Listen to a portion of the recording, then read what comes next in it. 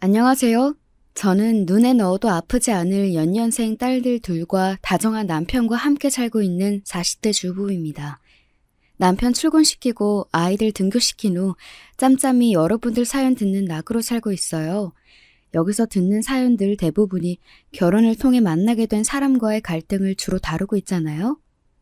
저도 기혼이다 보니 남편과 결혼하지 않았더라면 평생 겪어볼 일 없었을 별 희한한 일들도 다 겪으며 살게 되더라고요. 특히나 오늘 제가 들려드리고 싶은 이야기는 결혼 생활 내내 제 신경을 있는 대로 긁던 제 손윗동서 이야기입니다. 남편은 3남매 중 둘째입니다. 위로 형님이 한 분 계시고 막내 시누이가 있죠. 시부모님은 연세가 많으셔서이기도 하지만 그 연세인 다른 어르신들과 비교해 보더라도 상당히 보수적인 편이십니다. 무조건 첫째가 잘 되어야 한다. 마지가 제대로 서야 집안이 바로 서는 거야. 그럼 장남이 제자리를 딱 지키고 있어야 집안이 제대로 돌아가는 게다. 그러니 너희들도 우리가 없으면 형님이 이 집안 가장 큰 어른이다 생각하고 성심을 다해 모셔야 한다. 아버지 하시는 말씀 새겨들 들어. 네, 아주 전형적인 장남이 최고야를 실천하시는 고리타분한 시부모님들 되시겠습니다. 두 분 중 한 분만 저러셔도 피곤할 판에 부부가 쌍으로 저러시니 집안 분위기가 어떨지는 가히 짐작이 되시죠. 저런 가정 환경에서 자란 탓인지 남편은 본인 부모 형제를 그다지 좋아하는 편이 아니었습니다. 왜 그렇지 않겠어요. 필요한 게 있어도 제 형보다 자기가 더 뛰어나도 결국 모든 건 형님한테 돌아갔으니까요. 학교 다닐 때 공부도 형보다 남편이 훨씬 잘했다고 합니다. 그럼에도 형님은 재수까지 시켜가며 아득바득 서울로 대학을 보냈는데 남편은 대학 시험 성적이 훨씬 좋았음에도 불구하고 장학금을 받을 수 있는 지방 국립대에 진학하길 강요하셨다고 합니다. 남편이 딱 한 번만 나머지는 자기가 학교 다니며 벌어서 다닐 테니 입학금이랑 첫 학기 등록금만 내달라고 그리 애원을 했다는데 들은 척도 안 하셨다고 해요. 결국 남편은 학창시절 내내 목표로 삼았던 서울의 명문대에 합격해 놓고도 눈물을 머금고 지방의 국립대학교에 진학했습니다. 상황이 이러니 아들도 아닌데다 막내로 태어난 시누이 사정은 더욱 좋지 못했습니다. 처음에는 아예 딸 자식은 대학 보낼 생각조차 없었더랍니다. 평생 온몸으로 차별을 경험한 남편이 제 막내 여동생까지 똑같은 꼴을 당하게 할 수는 없어 그간 과외며 온갖 아르바이트로 번 돈으로 대학 입학금을 내준 덕에 시누이는 간신히 대학을 갈 수 있었죠. 그 둘이 어디 성격에 못한 곳이 있거나 첫째인 아주버님에 비해 상대적으로 투자 가치가 떨어진다면 어디 저런 차별을 납득할 시도나마 해볼 것을 성적이나 성격이나 어떤 면을 보아도 아주버님보다 저 두 사람이 월등히 뛰어났습니다. 아마 아주버님은 첫째로 태어나지 않았더라면 제 밥벌이나 제대로 하고 살았을까 싶습니다. 저 같으면 부모가 첫째인 저만 챙기느라 동생들에게 그리 상처를 주는 걸 봤더라면 동생들에게 미안해서라도 잘해줬을 것 같은데 아주버님은 시부모님들께서 모든 지원을 제게 몰아주시는 걸 아주 당연하게 생각하는 사람이었습니다. 평생을 그렇게 자라와서 그런 건지 아니면 제 부모의 성정을 똑 닮아서인지 아마도 둘 다가 아닐까 싶네요. 나는 당신 어머님 아버님보다 아주버님이 더 얄미워. 뭐 하나 잘난 것도 없으면서 제 부모한테 그마지 받았으면 됐지. 우리가 우리끼리 좋은 것 좀 하려고 치면 당연히 제 건 없나 구는 것도 너무 뻔뻔하고 징그럽고. 인간이 덜 돼서 그래, 인간이. 나나 주희야 평생 그 꼴을 보며 살아왔으니 그렇다 쳐도 밖에서 시집온 당신한테까지 저러는 걸 보면 창피한 줄도 모르는 거야. 정말 질린다 질려. 누가 들으면 그래도 제 말이 너무 심한 것이 아닌가 타박하실 수도 있겠지만 저까지 올 것도 없이 남편이 형에 대한 적대감이 만만치 않았습니다. 저 또한 제 남편을 평생 동안 그리 서럽게 자라게 한 사람들인데 시부모와 아주버님에 대한 감정이 좋을 리 없었죠. 결혼할 때도 사정은 마찬가지였습니다. 아주버님이 손윗동서인 형님과 결혼할 때에는 신혼집 전세금은 물론이거니와 제 장인자모 앞에서 기죽으면 안 된다고 없는 형편에 차까지 새로 뽑아주셨다고 합니다. 그러고도 모자라서 뭐 하나 제대로 해준 것도 없는 제 남편과 시누에게까지 은근히 뭔가 해주길 바라셨다더군요. 너 형이 결혼하는데 뭐 좀 없냐? 결혼은 형이 하는데 저희가 왜요? 집안 기둥뿌리 다 뽑아다 그만큼이나 해주셔놓고 아직도 부족하세요? 저희한테 그런 것까지 기대하지 마세요. 쟤는 정말 말 한마디를 해도 매정하다, 매정해! 부모의 타박에도 남편은 완강하게 버텼다고 합니다. 어릴 때야 제 부모에게 조금이라도 인정받아보겠다고 갖은 노력을 하며 부모의 비위를 맞추려고 했던 남편이었지만 대학 진학 이후 그게 다 아무런 소용이 없다는 사실을 깨달은 이후로는 남편도 더는 제 부모에게 기대하는 바가 없다고 했습니다. 그리고 남편이 그렇게 나서서 막아주지 않으면 그걸 고스란히 시누이가 다 뒤집었을 판이었습니다. 평생 제 부모와 큰오빠 차별에 기가 죽어지는 시누이의 성정은 그야말로 비단결이 따로 없었거든요. 너도 그렇게 참지만 말고 저렇게 부당한 요구를 하면 화도 내고 연락도 좀 끊고 그래. 아주 장난만 저들 자식인 줄 아시지. 다른 자식들 귀한 줄 모르는 양반들이시다. 네 인생은 네가 챙겨야지. 나도 오빠처럼 말도 안 되는 소리 하면 화도 마음껏 내고 싶고 소리도 지르고 싶긴 한데 내 타고난 성격이 그러지 못하니 어쩌겠어. 이래서 성격이 팔자라고 하나 봐. 오랜 차별에 제대로 저항도 못하는 시누이의 마음속 기저에 깔린 게 체념이라는 건 남편의 가족들을 처음 만난 지 얼마 되지 않아 쉽게 알아챌 수 있었습니다. 상황이 이렇다 보니 내가 남은 인생 편히 살려면 시댁과는 애초에 거리를 좀 두는 게 좋겠다 싶었죠. 그래서 저희 결혼할 때는 어땠냐고요? 뭘 어땠겠습니까? 저희는 시댁으로부터 제대로 된 지원이라고는 한 푼도 받지 못하고 저희 둘이서 모든 걸 준비해야 했습니다. 물론 시댁 모르게 저희 집에서 조금씩 더 도움을 받긴 했지만요. 아이고, 셋 다 자기 배 아파 낳은 자식일 텐데 어찌 이리 모질까? 내 자식 시집 보냈다고 생각하니 뭐 하나 더 해주지 못한 것만 더 생각나고 아쉬운데. 사돈 내외도 같은 부모이신데 어쩌면 이렇게 무심해. 자네가 그간 자라며 마음고생이 심했겠어. 사정을 알고 제 남편에게 더 마음을 써주시는 제 친정어머니 앞에서 감사한 마음과 송구한 마음 그리고 창피한 마음을 동시에 느꼈을 남편이 가여웠습니다. 결혼해서는 내가 사랑을 듬뿍 쏟아서 저런 서운한 마음 다 털고 살 수 있게 해줘야지 다짐했습니다. 저희 집에서 지원을 받은 걸 시댁에 숨긴 건 남편 의견이었습니다. 가뜩이나 작은 아들에게는 해준 것도 없으면서 적반하장으로 사돈댁에 돈 좀 있는 걸 알면 욕심을 부릴 것이 뻔하니 애초에 기대를 말게 해야 한다는 거였습니다. 그렇게 해서 뭐라도 뜯어내면 그건 또 형님 밑으로 다 들어가겠지. 당신까지 그 꼴 보며 살게 할 수는 없어. 뭐 이런 황당한 이유가 다 있나 싶었지만 제 입장에서도 문제의 소지를 사전에 방지해서 나쁠 건 없다고 생각했기에 군말 없이 따랐습니다. 그리고 남편의 생각은 현명했습니다. 결혼하고 신혼여행 다녀온 후 인사차 들른 저희에게 하신 첫 마디가 이거였거든요. 그래, 너도 이제 우리 집 식구가 되었으니 네 형님 내외를 잘 모시고 보필해야 한다. 자고로 집안의 장남이 바로서야 가문이 바로 서는 법이야. 새아기 너도 내 말 명심하고 도리를 다하길 바란다. 남의 집 귀한 딸이라도 예외는 없더군요. 예, 대충 대답하고는 어지간해서는 시댁 쪽으로는 발걸음도 하지 말아야겠다 굳은 다짐을 했더랬죠. 시누이라고 상황이 다르지 않았습니다. 시누이는 결혼할 때 그간 본인이 직장생활에서 모은 적금으로 혼수를 다 해결했습니다. 저희 부부가 양친 멀쩡히 살아계시고도 시집갈 때 부모가 해줘야 할 것들은 아무것도 받지 못한 시누이가 안쓰러운 마음에 얼마간 도움을 주었습니다. 언니, 오빠 고마워요. 내가 내 부모한테도 못 받은 은혜를 언니랑 오빠한테 다 받네. 그동안 예단이며 혼수 얘기 나올 때마다 시댁에 얼마나 눈치가 보였는지 몰라.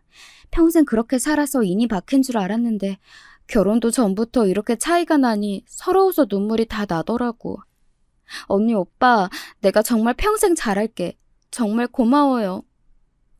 하나를 주면 둘을 돌려주지 못해 성화인 시누이였습니다. 나 같으면 저런 동생 있으면 무얼 주어도 아깝지 않을 것 같은데 사람 참 어지간하다 싶었지요. 이런 탓에 시누이를 제외한 시댁 식구들과는 가깝게 지내지 않으려고 애를 썼지만 그것도 생각처럼 녹록하지는 않았습니다. 아주버님의 부인, 즉 제 손윗동서인 형님이 뻔질나면 저를 불러 젖혔거든요. 동서, 우리가 이번에 이사를 했잖아. 우리 남편 친구들 불러서 집들이를 하려고 하는데 와서 동서도 좀 거들어. 동서, 저번에 어머님 댁에 가져왔던 복숭아 그거 맛있더라. 우리 큰애가 잘 먹던데 그것 좀 사와 갖고 와. 동서, 이번에 은지 영어 성적 엄청 올랐다며? 자기 딸만 그렇게 좋은 과에 선생 붙이면서 우리 준서 생각은 안 나디? 진작 소개시켜달라고 해도 다른 과에도 해서 일 더 못 늘린다는 핑계나 대고 그 선생 소개시켜줄 거 아니면 우리 준서 영어 성적 책임지고 올려줄 수 있는 선생으로 동서가 좀 구해와봐. 동서! 동서! 와, 이 정도 들으셨으면 감이 오시지요? 제 손윗동서인 형님은 아주버님과 아주 똑 닮은 인간이었습니다. 아주 부창부수가 따로 없었지요. 진상도 아주 저런 진상이 없었습니다. 평생 살아오면서 저한테 저 정도로 진상 떠는 인간을 주변에 두어본 적이 없는 저로서는 가히 신기하다 싶을 정도의 인간 유형이었습니다. 그래도 제가 처음 시집 왔을 때에는 제 남편 기세도 보통이 아니거니와 저도 시댁과 거리를 둬서 눈치를 보는 것 같더니 몇 년 전부터는 아주 호구 잡았다는 듯이 정말 제가 자기 아랫사람인 양 부리러 들었습니다. 물론 저도 저한테 부리는 진상을 곧이곧대로 다 받아줄 정도로 호구는 아니어서 어지간한 건 제 선에서 다 끊어내곤 했지만요.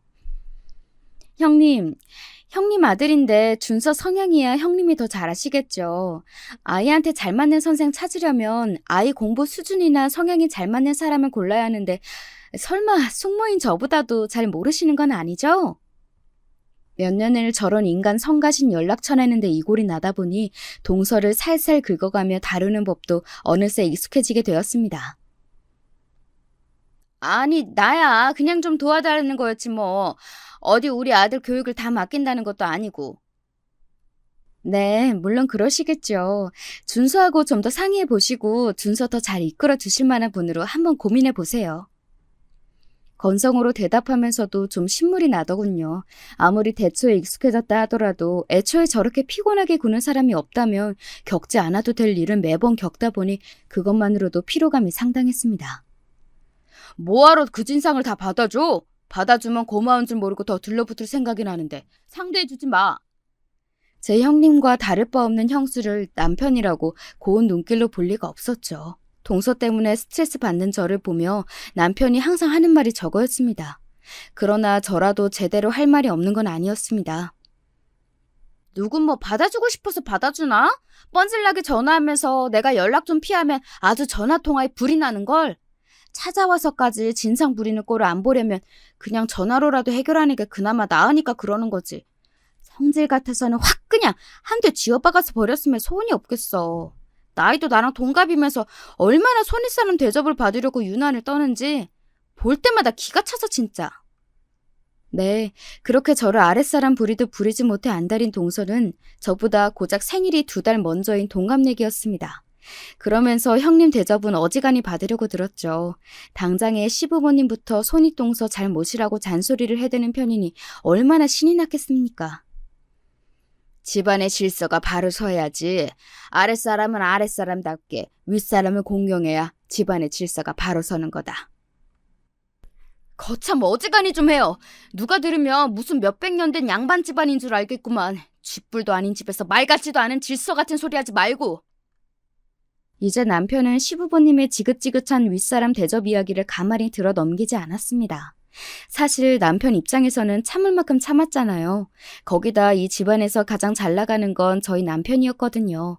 아주버님에게 그렇게 물심양면으로 지원을 아끼지 않았음에도 불구하고 결국 승승장구한 건 저희 남편이었습니다. 직장도 직급도 아주버님보다 남편이 훨씬 좋고 높았고 당연히 벌이도 남편이 더 좋았으니 집안 형편도 아주버님 댁 저희 집이랑 비할 바가 못 되었습니다. 그렇게 장남 노래를 불러가며 큰아들만 밀어주고 작은아들은 평생을 홀대해 왔는데 결과가 이렇게 되어버렸으니 시부모님도 참 면이 안 섰을 터였습니다.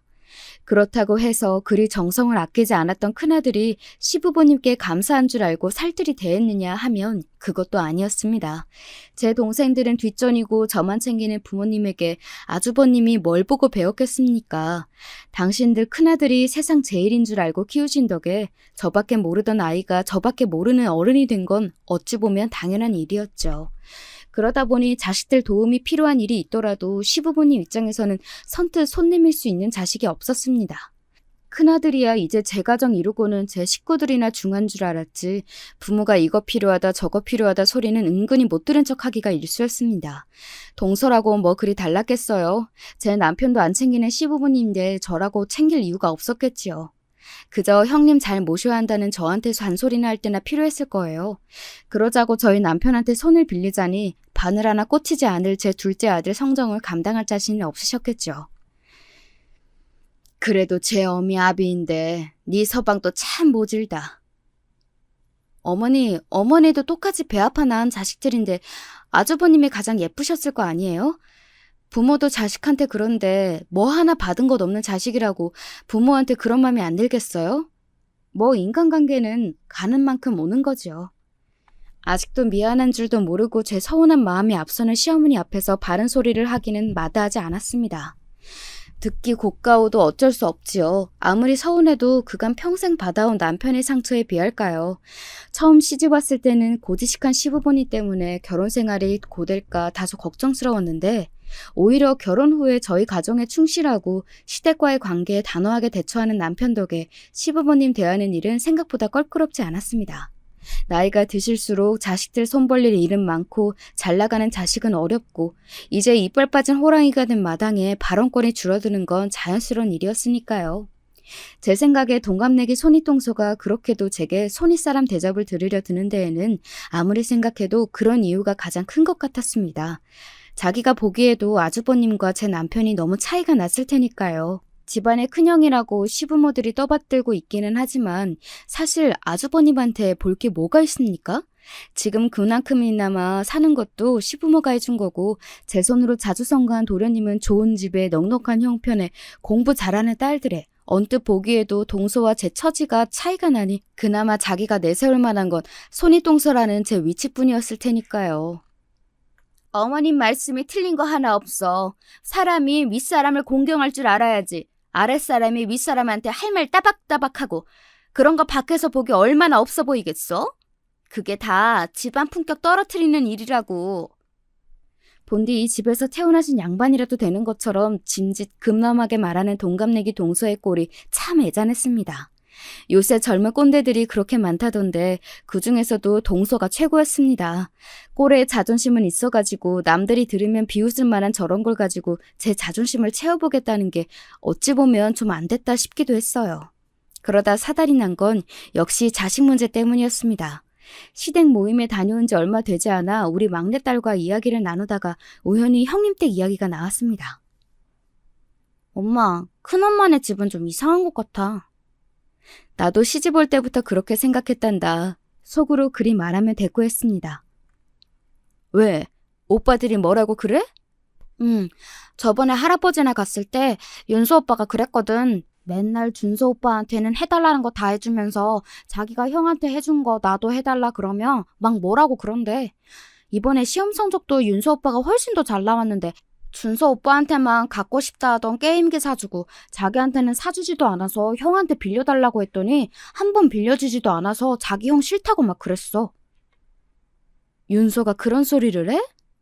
옆에서 잠자코 듣고 있던 남편이 말했습니다. 그것 말고도 많대. 준서 오빠는 메이커 있는 신발도 턱턱 사주는데 자기는 진짜 조르고 졸라야 한 번 사줄까 말까라고. 형만 맨날 좋은 거 해준다고. 남편의 생각이 복잡해 보였습니다. 남편이 말하지 않아도 무슨 생각을 하고 있을지 훤히 들여다 보였습니다. 제 부모에게 보고 배운 걸 제 자식에게도 그대로 하고 있는 모양이었습니다. 속으로 윤서 너도 참 안타깝게 되었구나 안쓰러운 마음이 들었으니 남편 입장에서는 어린 조카가 마치 자신의 어릴 적과 겹쳐 보였을 테지요. 그리고 자꾸 비교하는 것도 짜증난다고. 아, 그 말 진짜 기분 나빴어. 왜? 또 뭐라고 했는데? 집에서 언니랑 나는 공부 잘하는데 윤서 오빠는 그만큼 성적 안 나온다고 자꾸 뭐라고 한다잖아. 자기보다 공부 못하는 준서 오빠한테는 그런 소리 안 하면서 자기만 자꾸 비교한다고. 기집애들이 쓸데없이 공부는 잘해서 애 기를 죽인다고 막 그런 소리도 하고. 민지야, 뭐라고? 이놈의 여편네가 자식 앞에서 할 소리 못할 소리 못 가리고 제 자식들까지 괜한 욕을 먹인 모양이었습니다. 저도 저인데 옆에서 잠자코 듣고 있던 남편이 버럭 화를 내며 끼어들었습니다. 무슨 제 아들들 못난 탓을 할 일이지. 감히 내 딸들한테 그런 식으로 얘기해? 가뜩이나 제 형과 형수에 대한 반감이 보통이 아닌 남편 속에 불을 지른 셈이었습니다. 제 편을 들어주는 제 아빠를 보고 신이 난 모양인지 딸아이가 눈치도 없이 남편에게 기름을 부었습니다. 그래봤자 시집가면 다 끝인데 아무짝에도 쓸모없는데 힘을 뺀다고 자기들끼리 막 그러더래. 아 진짜 너무 재수없어.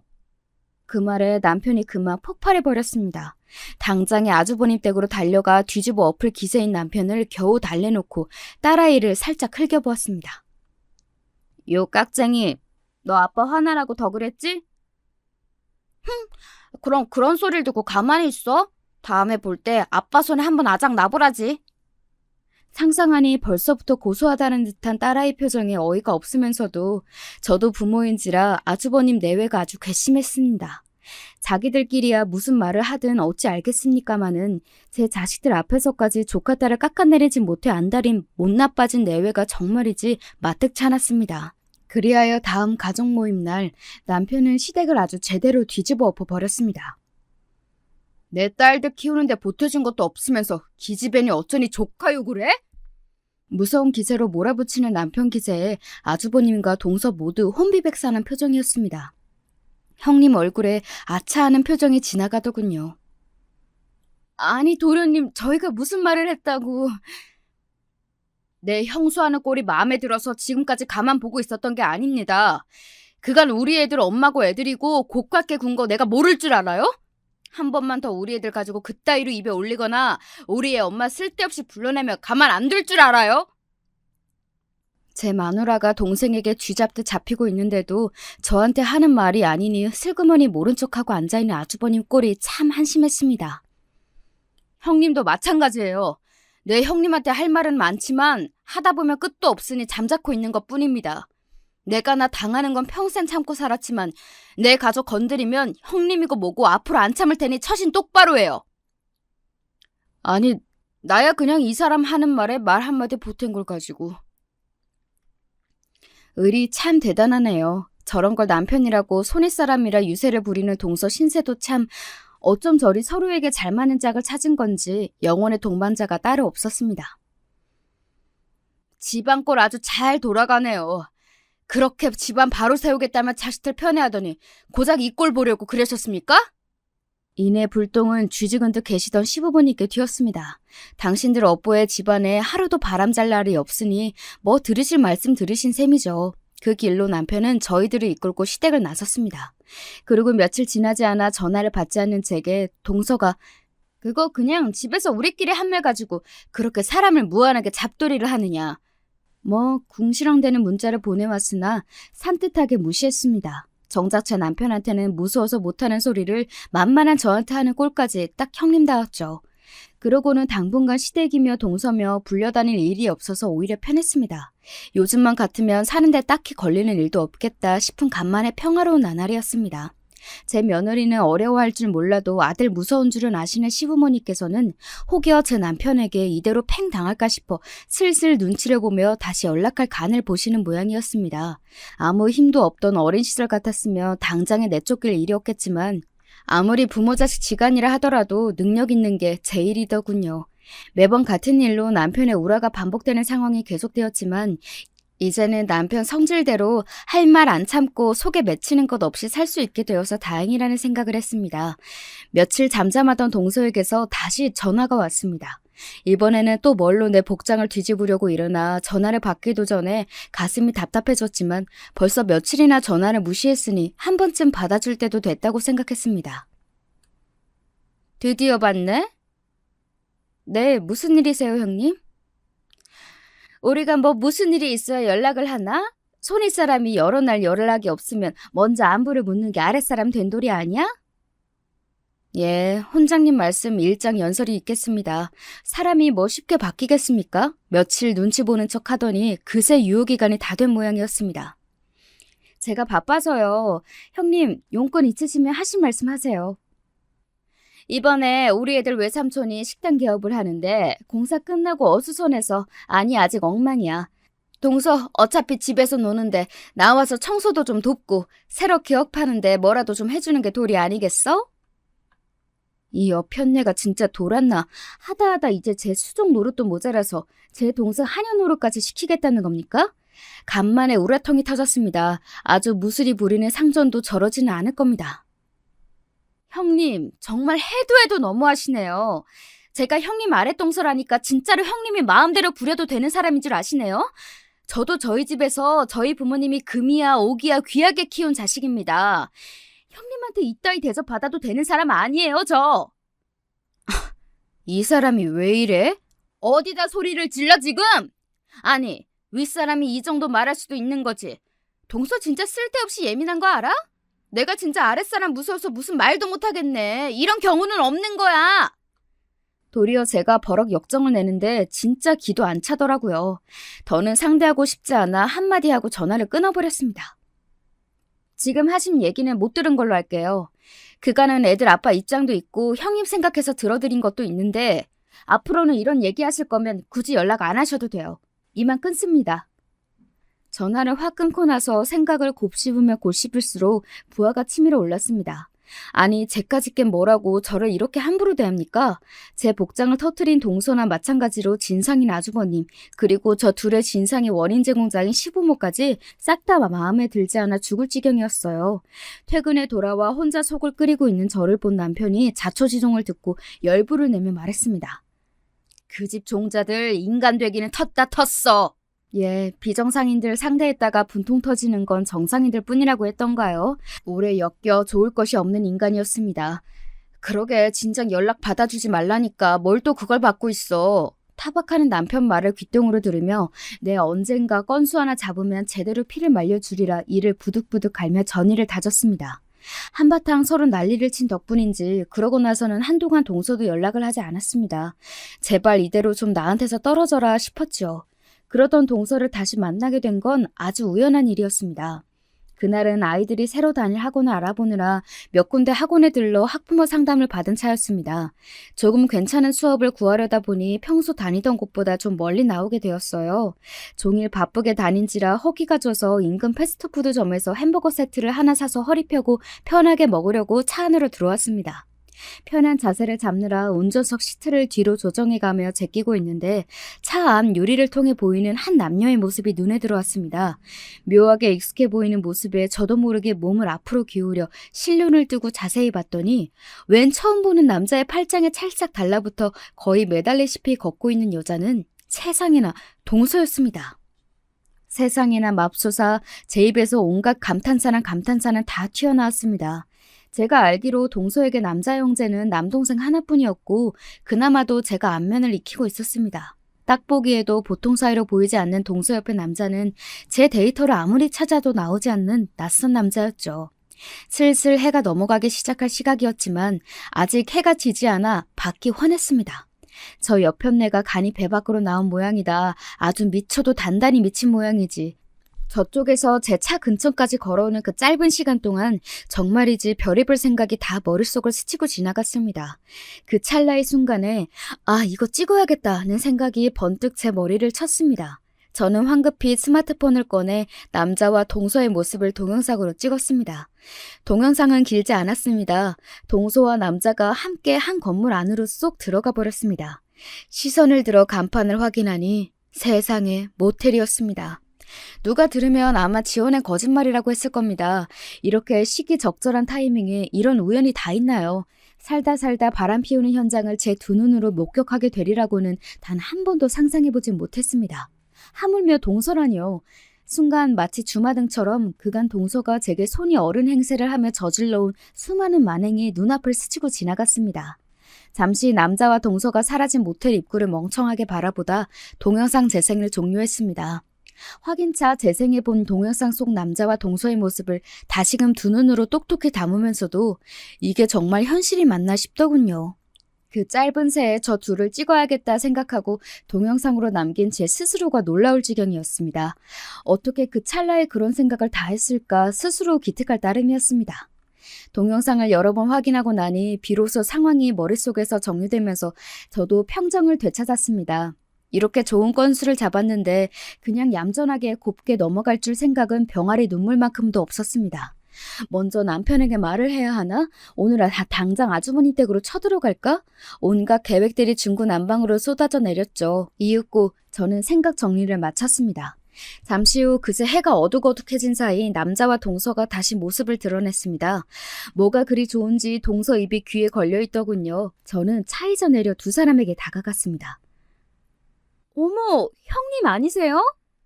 짐짐 놀란 척 제가 말을 걸자 옆에 남자 얼굴 쳐다보는데 정신이 팔려있던 동서가 화들짝 놀라 저를 돌아보았습니다. 옆에 있던 남자도 눈이 휘둥그레지더군요. 어머, 이런 데서 형님을 다 보네요. 근데 옆에 분은 누구? 제가 둘을 아래 위로 훑어보자 그제야 상황 파악이 되는 모양인지 동서가 남자에게서 얼른 떨어져 나왔습니다. 그래봤자 한참 늦었지만 말이죠. 저는 두 사람이 방금 나온 모텔을 경악한 눈으로 바라보며 말했죠. 형님, 설마... 아니야. 아니긴 뭐가 아닙니까? 동서가 저 남자 모텔에 들어가는 것부터 방금 나오기까지 다 지켜보았다는 것은 꿈에도 모르고 딱 잡아떼더군요. 저기 이분은... 그래. 내가 전에 말한 기준이 아빠. 우리 옆집 사는 우리 아들 친구 기준이 아빠셔. 옆집이요? 제가 눈을 괴슴틀에 뜨고 남자를 쳐다보자 남자도 당황해서 짓거리기 시작했습니다. 네, 안녕하세요. 준서 어머니 동서씨구나. 누가 봐도 상황이 뻔한데 어떻게든 이 상황을 무마시켜 보려는 두 사람 노력이 눈물겨울 지경이었습니다. 저는 가자미 눈을 뜨고 남자를 다시 한번 쏘아봐주고는 동서에게 말했습니다. 여기 계속 서서 말씀하시겠어요? 저랑 같이 가실래요? 하실 말씀이 있으시구나. 그럼 저는 먼저 들어가 보겠습니다. 말씀들 잘 나누세요. 저까지 같이 붙들릴까 싶어 꽁지가 빠지게 도망가는 남자를 동서가 황망히 바라보았습니다. 남자를 골라도 어디서 꼭 저런 것들만 고를까. 애잔한 마음을 애써 감추며 동서를 똑바로 쳐다보았죠. 동서는 당황스러워 차마 저와 눈도 제대로 마주치지 못하더군요. 그나마 옆구리에 남자를 끼고 있을 때에는 횡성수설 상황을 무마하려는 시도라도 해보더니 남자가 자리를 뜬 이후에는 입도 못 대고 있는 동서 덕에 침묵이 길어지고 있었습니다. 따라오세요. 제 말에 흠칫하더니 잠시 망설이던 동서가 제 뒤를 따랐습니다. 타세요. 응? 저야 여기 서서 말해도 상관은 없는데 형님 괜찮으시겠어요? 제 말에 그제야 동서가 후다닥 제 차로 튀어들어갔습니다. 따라서 운전석에 몸을 실은 제가 잠시 아무 말이 없자 제 눈치를 살피던 동서가 먼저 입을 열더군요. 저 동서, 방금은 그게 좀 이상해 보일 것 같아서 내가 미리 말하는 건데 동서가 생각하는 그런 거 절대 아니다? 제가 무슨 생각을 하는데요? 어디 한번 혼자서 무신소를 하나 드러나 보자 싶어 제가 물었더니 동서가 다급히 변명 같지도 않은 변명을 늘어놓기 시작했습니다. 저기 아까 본 사람은 우리 옆집 사는 우리의 친구 아빠인데 왜 내가 전에 한번 동서한테 얘기한 적 있지? 우리 옆집에 외국 살다가 들어온 가족이 있는데 사람들이 아주 괜찮다고. 나뿐만 아니라 우리 남편하고도 가족끼리 잘 지내서 같이 식사도 자주 하고 그런다고 왜? 네, 지나가다 얼핏 들었던 것도 같습니다. 허영이 심한 동서가 외국 생활을 하다가 들어왔다는 이웃의 가족에게 시기와 선망이 뒤섞인 눈빛으로 그 집 여자는 복도 많다며 투기하던 꼴을 본 것도 같네요. 그때는 그게 그저 잘난 서방 만나 외국물까지 먹은 옆집 여자에 대한 시기심 정도라고 생각했는데 그게 제 연적에 대한 질투였다 이거죠. 아주 혼자서 막장 드라마를 쓰고 있구나 속으로 동서에게 혀를 찼습니다. 제 남편을 둘째치고 제 아들 친구랑 어디 할 짓이 없어서 해도 지기 전에 저런 데를 다 들락거립니까? 저는 제 입으로 담기에도 민망한 짓을 하고 돌아다니는 동서꼴이 참 어처구니가 없었습니다. 그런데요?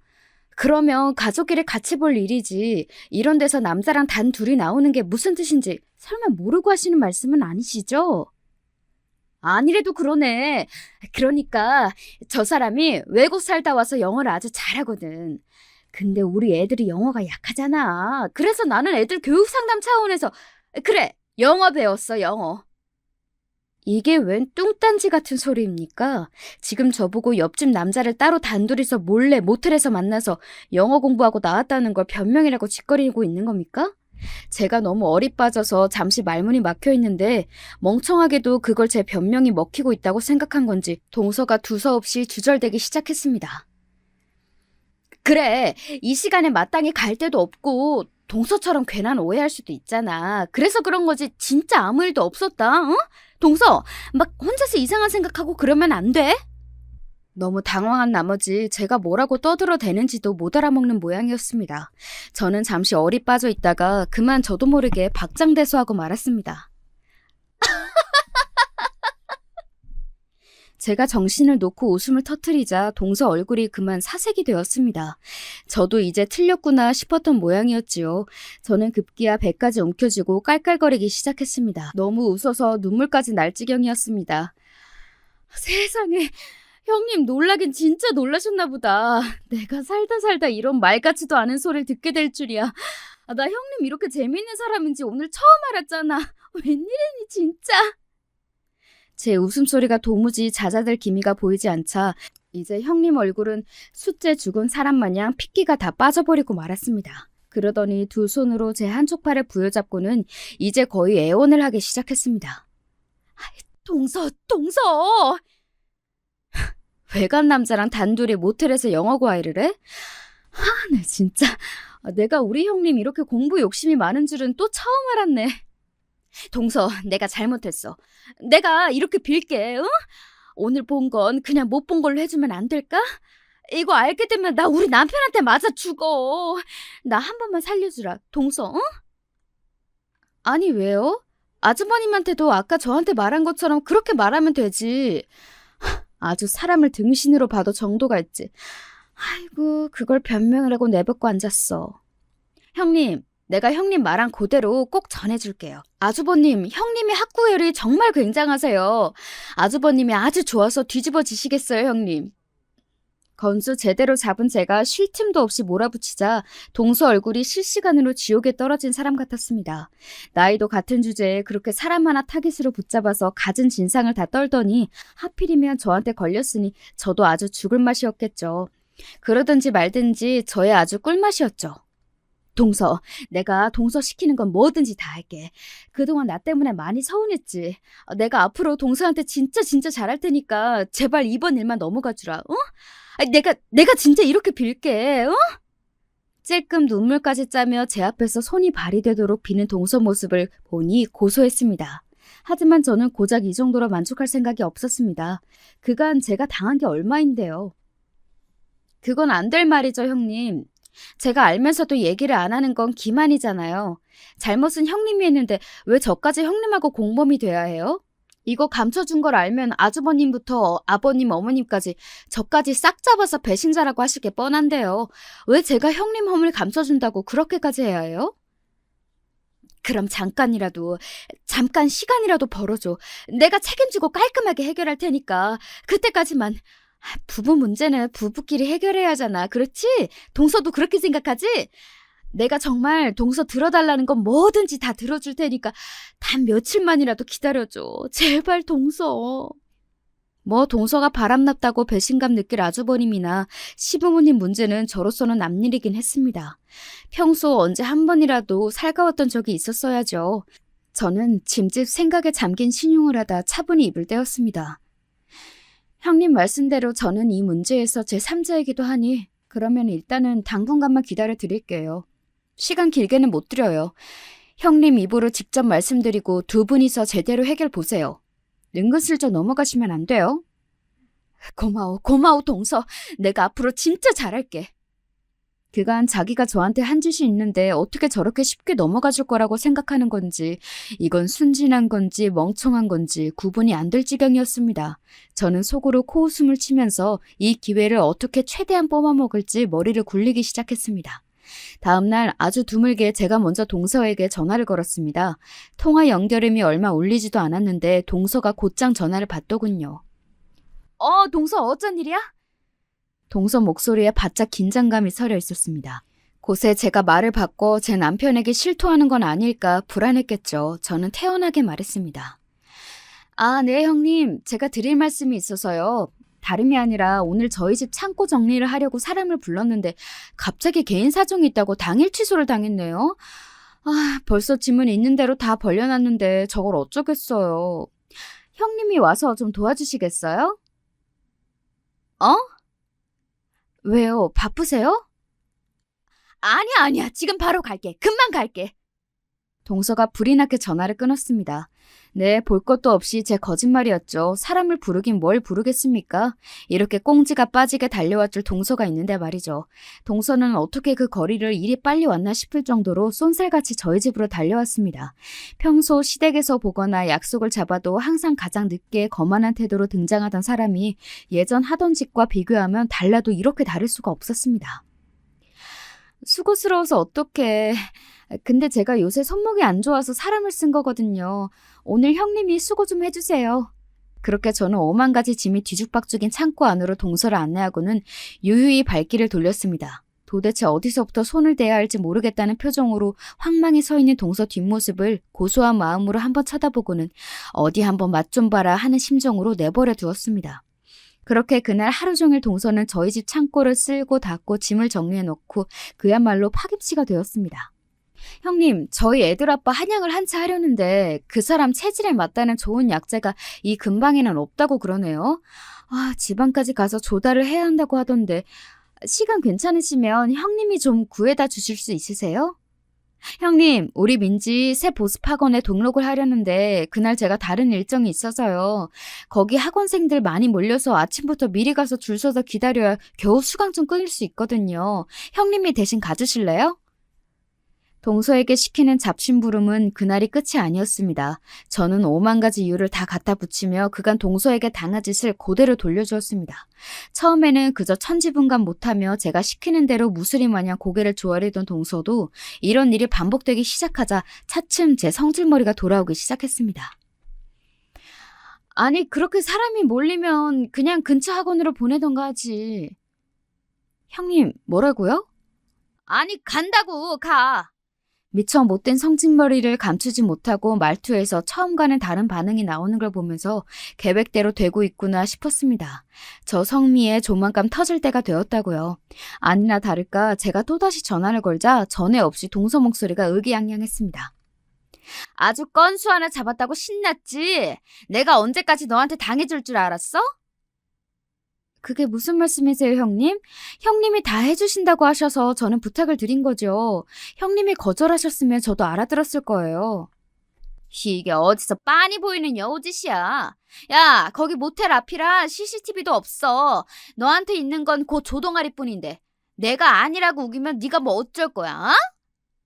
며칠을 이를 갈며 좋지도 않은 머리를 쥐어짜 찾은 해결책이 저거인 모양이었습니다. 저는 속으로 콧방귀로 끼며 짐진 놀란 척 대꾸했죠.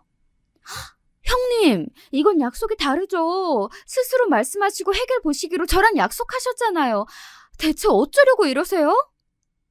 약속은 무슨 약속? 니까지 거랑 내가 무슨 약속을 했다고? 너 같지도 않게 협박할 생각하지 마. 내가 머리를 다 쥐어 뜯어버릴 테니까. 그 성미에 이 정도면 오래 참았죠.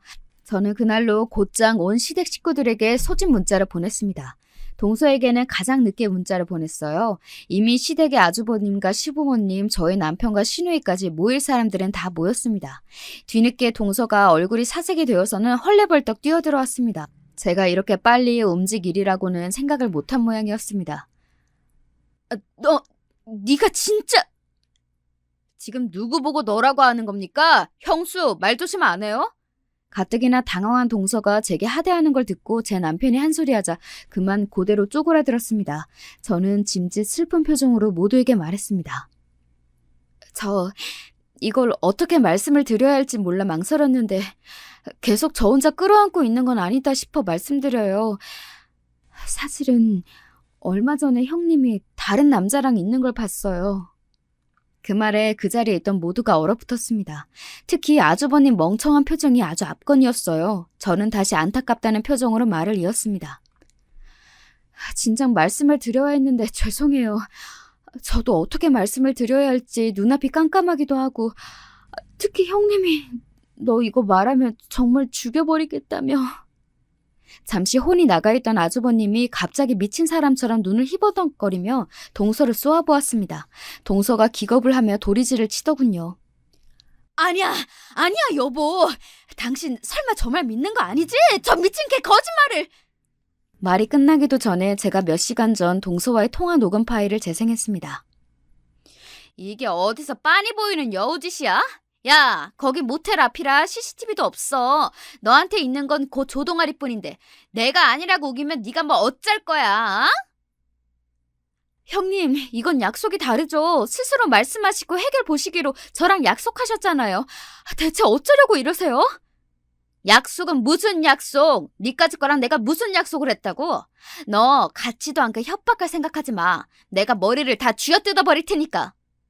제가 한 말을 그대로 돌려받은 동서가 온몸을 떨기 시작했습니다. 하지만 하이라이트는 이제 시작이었습니다. 제가 혹시나 싶어서 찍어둔 건데... 동영상 속 남자의 얼굴과 대문짝만하게 건물에 새겨진 모텔이라는 글자에 아주버님 눈깔이 그만 돌아버렸습니다. 순간 철썩 소리와 함께 동서가 바닥에 나동그라졌습니다. 제 마누라 뺨을 후려 갈기고도 분이 안 풀리는지 아주버님이 고래고래 악을 질러댔습니다. 이 처죽일 것들이, 이 더러운 것들이 내 앞에서는 그렇게 살살대면서 뒤로는 이따위 짓을 하고 다녀? 어떻게 나한테 이래? 이거 놔! 내가 오늘 저거 사다를 내고 말 테니까. 야, 너 어디가? 당장 이리 기어오지 못해? 동서가 기겁을 하고 질질 짜면서 바닥을 기어 도망쳤습니다. 아주버님은 동서를 잡아 죽이겠다며 악을 쓰고 그 꼴을 목도한 시부모님들도 거의 제정신이 아니셨죠. 아니 어떻게 우리 집안에서 이런 일이... 아이고, 내가 너무 오래 산 모양이다. 이 꼴을 보느니 그만 죽어야지. 연불외도 중얼거리던 시어머니가 기어이 정신을 놓고 쓰러지면서 그 난장도 파장이 났습니다. 그리 귀해하시던 장남과 큰며느리의 말로가 일이 되었으니 제정신 붙들고 버티시기 힘들기도 하셨을 겁니다. 시어머니가 뒤로 넘어가는 걸 보면서도 그간 제 남편과 제게 했던 짓들을 생각하니 별로 안 됐다는 생각도 들지 않았어요. 뭐 어쩌겠어요. 이래서 사람이 평소 인망이 중요한 거죠. 집에 돌아오는 길에 말없이 묵묵히 운전만 열심히 하는 남편을 슬쩍 찔러보았습니다. 그렇게 장남이라고 대우해주고 당신은 상처를 주더니 조금 시원해지지 않았어? 이제 그럴 단계는 지났지. 저 사람들한테 그렇게 마음 쓰지도 않아. 그러기도 아깝고. 생각보다 담담하게 말하는 남편을 보며 이걸로라도 남편의 그간 맺힌 한이 조금 풀려졌으면 했는데 다시 곰곰이 생각해보니 이제 정을 뗀 사람들이니 더 이상 남편 심기에 크게 영향을 미치진 못해 저러나 보다 싶어 차라리 다행인 건가 싶더군요. 그 이후로 시부모님 입에서 장남이 제일 중하니 첫째가 잘 되어야 집안이 바로 선다니 하는 소리는 그만 쏙 들어가 버렸습니다. 뭐 본인들도 할 말이 없겠지요. 예전보다도 더 제 남편 앞에서 기가 죽어 쪼그라든 모습을 보며 진작 다른 자식들에게 남들 하는 만치만 했어도 서로 좋았을 걸 왜 부모 대접도 제대로 못 받게 저렇게밖에 못 사셨나 싶어 그저 입맛이 썼습니다. 동서내외는 아직도 이혼을 한 해 만에 지지고 볶으며 사는 중입니다. 어찌나 요란스레 싸우대는지 벌써 주민신고가 여러 번 들어가 전셋집에서도 내쫓길 판이라네요. 아주버님이 옆집 남자 머리채를 잡은 게 동네방네 소문이 나서 동서는 얼굴도 못 들고 살고 있습니다. 가끔 싸우다 맨발로 내쫓긴 모습이 목격되기도 한다지요. 그러면서도 애들 때문에 갈라서질 못하는지 저렇게 서로의 지옥이 되어 계속 붙어살 모양인가 싶기도 해요. 그저 애들만 안 됐죠. 제 황당무계한 시댁 이야기는 여기까지입니다. 재미라고 하긴 좀 못하지만 시원하게 들으셨는지 모르겠네요. 이야기 들어주셔서 감사해요.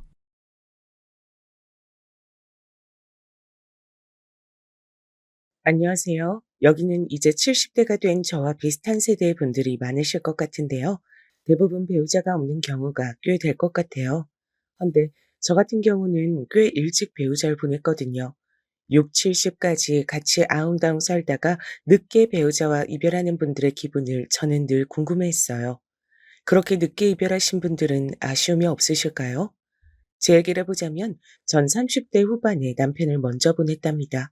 아들만 둘을 낳아서 키우고 있던 저에게 이건 정말 청천벽력 같은 소식이었죠. 우리 부부 그 시대치곤 늦깎이 결혼을 했고 둘 다 30이 넘어 자식을 봤거든요. 그게 우리의 마지막인 줄 모르고 전 새벽녘 눈을 비비며 남편과 이런 대화를 했었어요. 도시락에 이것저것 못 넣고 오늘은 너무 피곤해서 장아찌랑 불고기만 좀 넣었어요. 가다 시장하면 계란이랑 고구마도 삶아 넣었으니까 이거라도 드시구랴. 그러자 남편은 본인 역시 아주 피곤한 얼굴로 눈을 연신 비벼대면서 도시락을 받아들었어요. 그러게.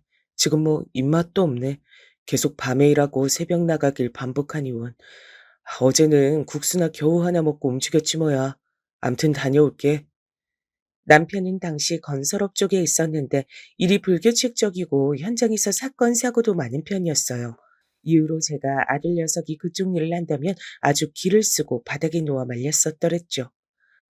엄마 진짜 어떻게 되는 꼴 보고 싶어서 그런 말들을 하냐? 엄만 아직도 그날 오전을 생각하면 가슴이 철렁해. 제발 엄마 가슴에 못 박는 일 하지 말아라. 그 근처도 가지 마. 다른 일 한다면 얼마든지 밀어줄 수 있어. 하지만 니들 아버지랑 같은 길은 가지 마라. 생각해보면 저도 정말 바보 같았어요. 어떤 직업에 그게 무슨 죄가 있다고 괜히 선입견 갖고 말렸던 걸까요?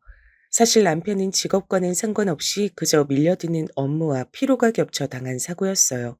그날 당시 저는 옆집 아줌마한테 우리 애들을 맡기면서도 제정신이 아니었답니다. 우리 순호 아빠가 어떻게 됐다나 봐요. 영준이 엄마, 우리 순호랑 영호 좀 봐줘요. 아이고, 내 정신이야. 이렇게 쓰러지기 직전이었던 저를 옆집 아줌마가 챙겨줘서 겨우 일어났고, 그렇게 남편에게 달려갔죠. 하지만 순식간에 벌어진 그 새벽녘 트럭 졸음운전 대사고에 우리 남편도 같이 휘말려 끔찍한 일이 벌어졌더군요. 차체가 형태를 알아볼 수 없을 정도면 이미 얘긴 끝난 상황이었으니까요. 저희 친정엄마가 옆에서 얼마나 우셨는지 차마 울지도 못하는 절 대신해서 통곡을 하셨어요. 아이고, 우리 우리 딸 어떡하나. 이렇게 일찍 서방을 보낼 줄 누가 알았겠어. 아이고, 너희들 다 불쌍해서 어쩌냐. 친정엄만 워낙 먼 곳에 살고 계셨기 때문에 절 도와주실 수 없었고 끔찍한 사고로 먼저 간 사위도 너무 불쌍하게 생각하셨던 것 같아요. 아무튼 곡소리가 끊이질 않던 그 밤을 잊을 수가 없답니다. 어쩌면 다들 그러실지 모르겠지만 전 남편과 그렇게 사이가 좋은 것도 나쁜 것도 아니었어요. 그냥 자식을 키우며 서로 지탱해주기도 하고 밀어주기도 하면서 버티는 사이였죠. 사랑이라든지 그런 건 잘 모르겠어요. 그런 건 같이 살면서 서로 불쌍히 여기면서 생기는 게 아닐까 싶네요. 아무튼 전 여러 가지 감정을 그땐 제대로 추스리지 못하고 누구에게 말로 잘 정리도 못 해본 채로 남편을 일찍 보내게 됐어요. 그 뒤의 날들은 말도 못하게 저에게 험한 날들이었지만 결론부터 말하자면 어찌어찌 아들들 키워서 대학 보내고 취업도 잘 시키고 장가도 보냈답니다. 큰아들 순호는 물러 터진 성격인데 반대로 아주 야무진 배우자를 만났어요. 큰며느리는 언제나 대범하게 일을 처리하는 성격이었는데 한 가지 걱정이 있다면 며느리들끼리 사이가 썩 좋지 않았단 거예요. 어머니, 저는 동서랑 좀 잘 안 맞는 것 같아요. 아무리 저랑 나이 차이가 좀 많이 난다지만 그래도 저런 식으로 사회생활 하면 욕먹을걸요? 서방님도 성격 순하신 편인데 좀 더 야무진 타입을 만나셨으면 좋았을걸. 암튼 우리 동선 저와 어머니 스타일은 영 아니에요. 혼자 별세기 사람 같다니까요. 큰며느리 말 맞다나 둘째 며느리는 숫기가 없긴 했답니다. 명절 때 와서도 거의 큰며느리가 진두지휘하는 맞춰서 일을 했고 뾰루퉁한 얼굴로 불편해할 때도 있었어요. 저도 저희 친정에 빨리 가고 싶어요, 어머니. 형님네랑 다 같이 모였고 인사도 했으니까 이제 그만 움직이면 안 될까요? 저희 엄마 아빠도 기다리시는데. 그럼 옆에서 큰며느리가 면박을 주긴 했었답니다. 어머, 동서. 그런 건 어른들이 말씀하시게 둬야지. 왜 간담한다 본인이 정해? 우리끼리 놀고 먹자고 모인 자리 아니잖아. 진짜 동선 하고 싶은 말 다 하고 산다. 그럼 둘째도 지지 않고 받아치는 게 막상 우리 아들 형제끼리는 안 싸우고 살았는데 얘네 때문에 좀 지치는 거예요. 응? 그 말은 좀 어폐가 있네요. 그럼 형님도 하고 싶은 말인 건데 못 하시는 거 아니에요? 제가 대신 해드렸으니까 고마워하셔야 되는 거 아닌가요? 아님 형님은 더 계셔도 돼요. 저랑 남편이랑 일찍 일어나도 되고요.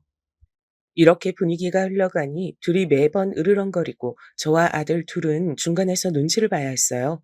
그래도 다행히 모이라면 같이 모이긴 했었죠. 하지만 이렇게 어찌저찌 서로 잘 맞춰 흘러가던 날들은 얼마 뒤 깨지게 됐는데 전 참 이 말이 싫은데 그 굴레를 벗어날 수 없나 봐요. 왜 남자 복 없는 여잔 줄줄이 엮이는 남자마다 복이 없다고 하잖아요. 친정아버지도 일찍 돌아가셨고 남편도 일찍 보낸 전 이후에 둘째 아들마저 사고로 일찍 보내게 됐어요. 뭐? 영호가, 영호가 사고가 났어? 어, 어머니, 저도 지금 급하게 연락받았어요. 심각한 상황인 것 같아요. 전 연락을 받고 얼마나 기가 막혔는지 그때 병원으로 가는 택시 안에서 가슴을 부여잡고 계속 빌었어요. 제발 살아있기만 해라. 목숨이 붙어있기만 해라. 그 뒤로는 뭐든 다 좋다. 뭐든 엄마가 다 감당하마. 이러면서 말이에요. 하지만 참 저도 나이를 먹고 보니 어떤 게 좋은 일인지 안 좋은 일인지 잘 모르겠어요. 이전에 제 친구가 다른 일로 비슷하게 남편 사고를 겪었는데 이런 말을 했었거든요. 나는 남편 사고 났을 때 하늘이 무너지는 줄 알았어. 죽진 않았으니 다행이라 생각했지. 근데 사람 마음 참 간사해. 몇 년 지나니까 이렇게 아픈 상태로 돈은 돈대로 깨지고 수발들다 보니 나 내 인생이 너무 억울한 거 있지. 난 왜 이렇게 못됐을까? 그 말을 듣고 저는 쉽게 결론을 내릴 수 없는 얘기라고 생각했는데요. 제 아들 입장이 돼 보니 글쎄요. 전 제발 살아있기만을 바라게 됐죠. 하지만 제 뜻대로 돼주진 않더라고요. 지금에 와선 뭐가 맞는지 모르겠지만요.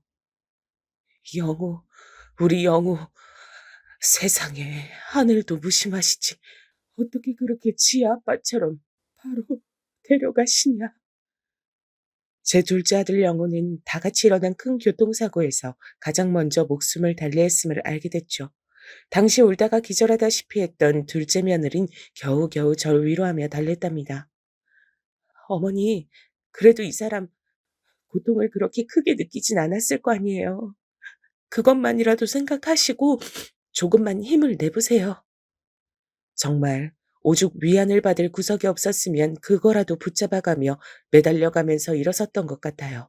이제 저에겐 친정엄마도 돌아가셨고 정말 남아있는 구석이라곤 아들과 며느리 둘뿐이었어요. 하지만 둘째 아들 장례를 치른 다음 이후로 둘째 며느리에 거쳐도 참 애매해지더라고요. 둘째 너는 아직 애도 없는데 이렇게 혼자 돼서 어떡하니?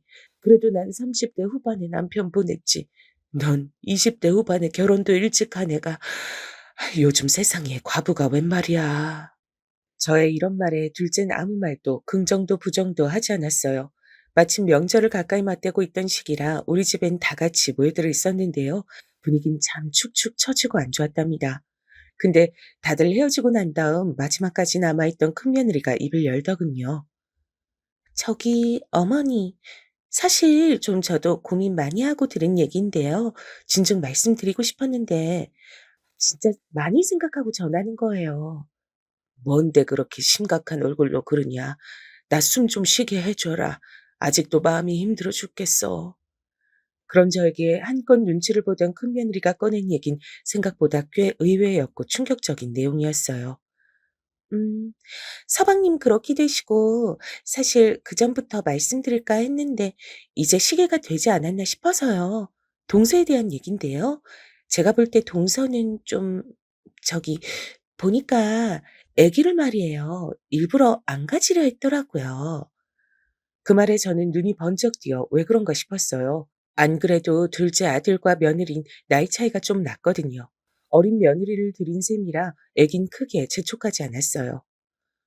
본인은 신혼을 즐기겠다고 했지만 제가 알기론 아예 안 가질 생각이었나 봐요. 그게 아마 서방님도 아셨을걸요?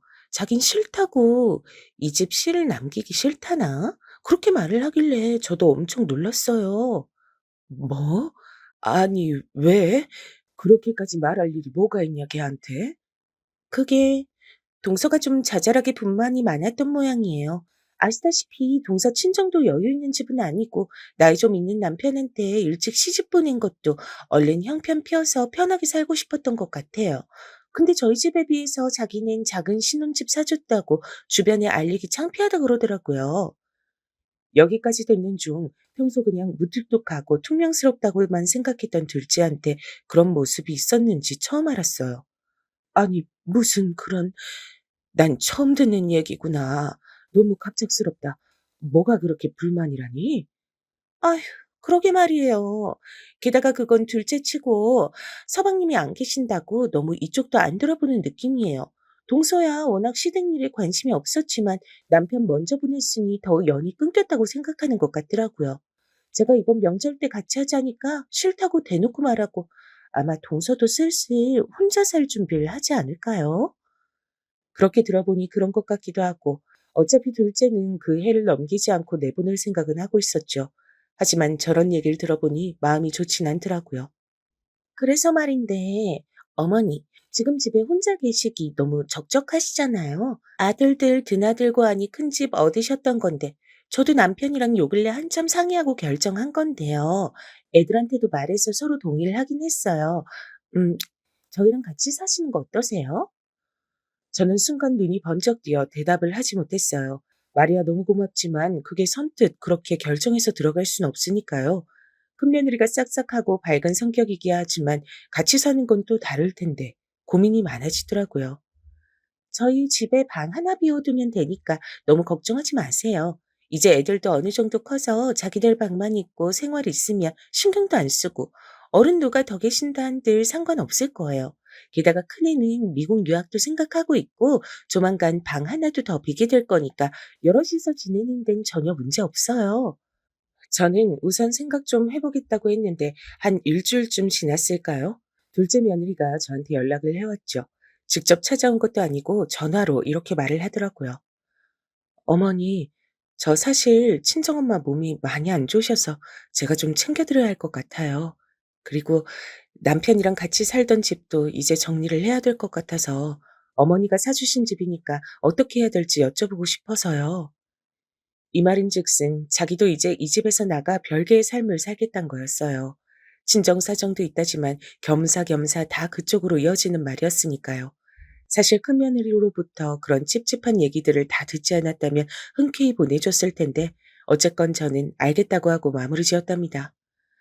그래, 그렇게 해야 된다고 생각했었어. 둘째 너도 고생 많구나. 친정어머니 잘 챙겨드리고 내 대신 안부도 전해드리고 자세한 건 만나서 나누자꾸나. 이 부분을 큰며느리랑 통화하는 중에 말했더니 거보라고 자기 말이 맞지 않냐고 하더라고요. 동서는 그 말할 타이밍만 찾고 있었던 거겠죠. 보세요. 제 말이 맞잖아요. 친정엄마는 무슨 그냥 다 빼고 나가겠다고 말하기 자기도 좀 민망하니까 핑계대는 거죠. 어머니, 이렇게 된 마당에 너무 오래 생각하지 마시고 저희랑 합치시는 게 어때요?